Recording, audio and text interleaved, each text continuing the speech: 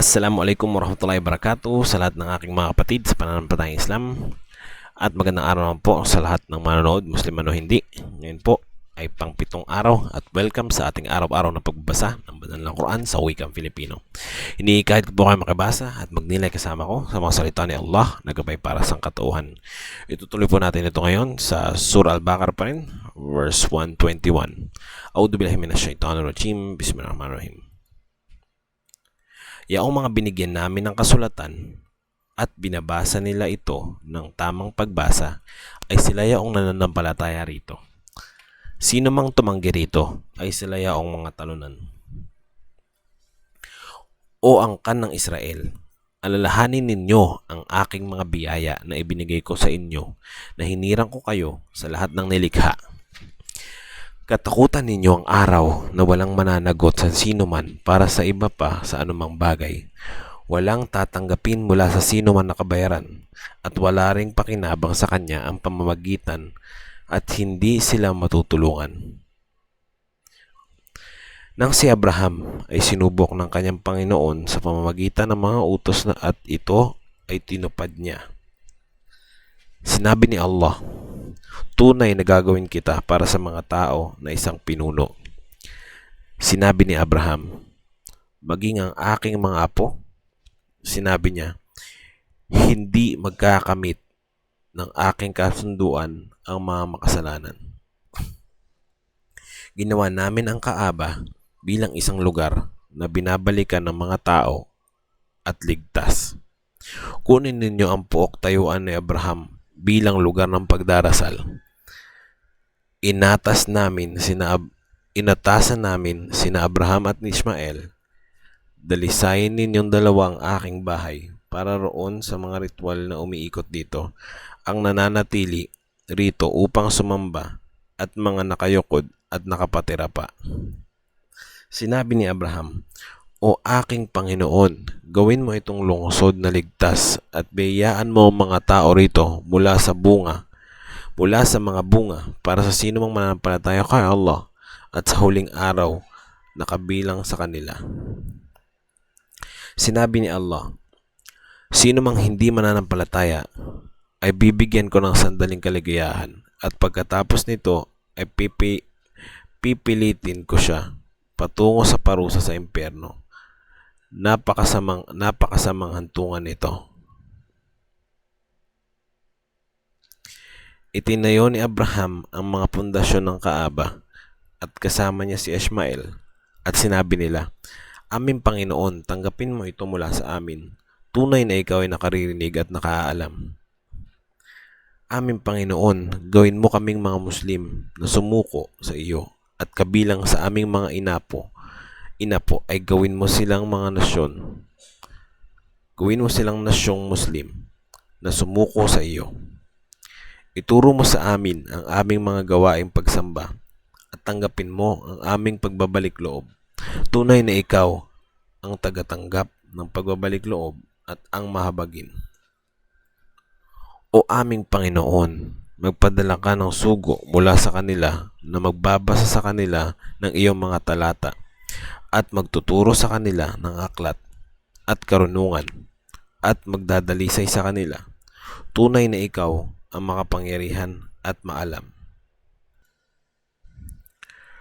Sino ba ang tatanggi sa relihiyon ni Abraham? Liban pa siyang ginagawa niyang tanga ang kanyang sarili. Hinirang namin siya rito sa mundo at tunay na siya sa kabilang buhay ay kabilang sa matutuwid. Sinabi sa kanya ng kanyang Panginoon, sumuko ka. Sinabi niya, ako ay sumuko sa Panginoon ng mga nilikha. Naghabilin nito si Abraham sa kanyang mga anak at gayon din si Jacob. O aking mga anak, tunay na si Allah ang pumili para sa iyo ng relihiyong ito. Kaya huwag kayong mamamatay liban na lamang na kayo ay Muslim. Kayo ba ay mga saksi ng ang kamatayan ay dumating kay Jacob at sinabi niya sa kanyang mga anak, ano ang sasambahin ninyo paglisan ko? Sinabi nila, sasambahin namin na ang Diyos Sasambahin namin ang iyong Diyos at ang Diyos ng iyong mga ninuno na sina Abraham, Ishmael at Isaac, ang Diyos na nag-iisa. Kami ay mga Muslim na sumusuko sa Kanya. Yaong mga isang nasyon na lumipas na, para rito ang inani nito at para sa inyo ang inani ninyo. Kayo ay hindi tatanungin tungkol sa mga ginagawa nila. Sinabi nila, maging Hudyo kayo o Kristiyano upang kayo ay magabayan. Sabihin mo o Muhammad, bagkos ay sinusunod namin ang relihiyon ni Abraham na sumamba sa nag-iisang Diyos at hindi kabilang sa mga nagtatambal kay Allah. Sabihin ninyo, kami ay nananampalataya kay Allah at sa ipinahayag sa amin at sa ipinahayag kina Abraham, Ishmael, Isaac, Jacob at kanilang mga apo. Gayon din sa ipinahayag kina Moises, Jesus at sa ibinigay sa mga propeta mula sa kanilang Panginoon. Kami ay hindi nagtatangi-tangi sa kanila at kami sa Kanya ay sumusuko. Kaya kung sila ay mananampalataya sa pinananampalatayaan ninyo, ay nagabayan sila. At kung sila naman ay tatalikod, ay katiyakan sila ay nasa pagtalo-talo. Sila ay nasa pagtatalo-talo lamang at sapat na si Allah sa iyo laban sa kanila. Siya ang nakaririnig at ang nakaalam. Sabihin ninyo, ang aming relihiyon ay ang relihiyon ni Allah. Sino ba ang mas mainam pa kay Allah sa pagtatag ng relihiyon? Sino bang mas mainam pa kay Allah sa pagtatatag ng relihiyon? Kami sa Kanya ay mga sumasamba. Sabihin, O Muhammad, nakikipagtalo ba kayo sa amin tungkol kay Allah? Samantalang siya ang aming Panginoon at inyong Panginoon? Para sa amin ang aming mga gawain at para sa inyo ang inyong mga gawain. Kami sa Kanya ay matatapat.